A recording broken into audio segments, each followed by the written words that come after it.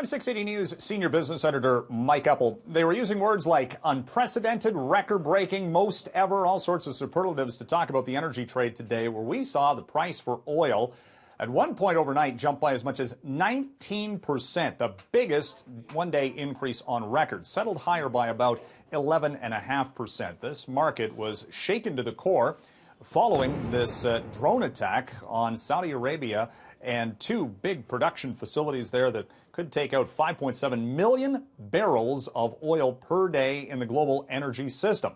That is the biggest impact ever from any geopolitical event in the Middle East. The Saudis aren't entirely sure when those operations will be back up and running. They're still trying to figure out exactly who did it, how to respond, and how long it's going to take to fix those facilities.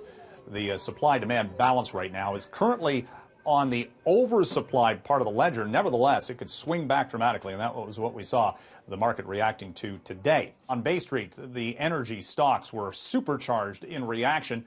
Companies like Encana, for example, jumped by 14%. Suncor, Canada's biggest energy producer, up by more than 6% on the day.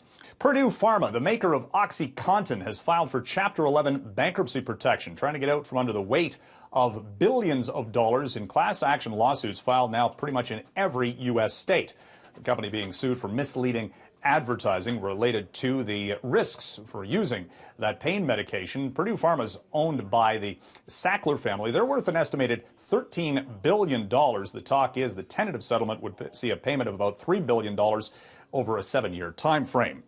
And Bay Street set some more records today, fueled by that energy sector, as we saw the big energy producers jump dramatically. The TSX hitting a third day in a row for record highs. Meantime, on Wall Street, we saw the Dow snap an 8-day winning streak.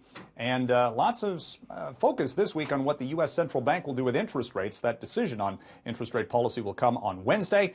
Expectation is the central bank will be cutting interest rates for the second meeting in a row. From the 680 Newsroom, I'm Mike Eppel for City News.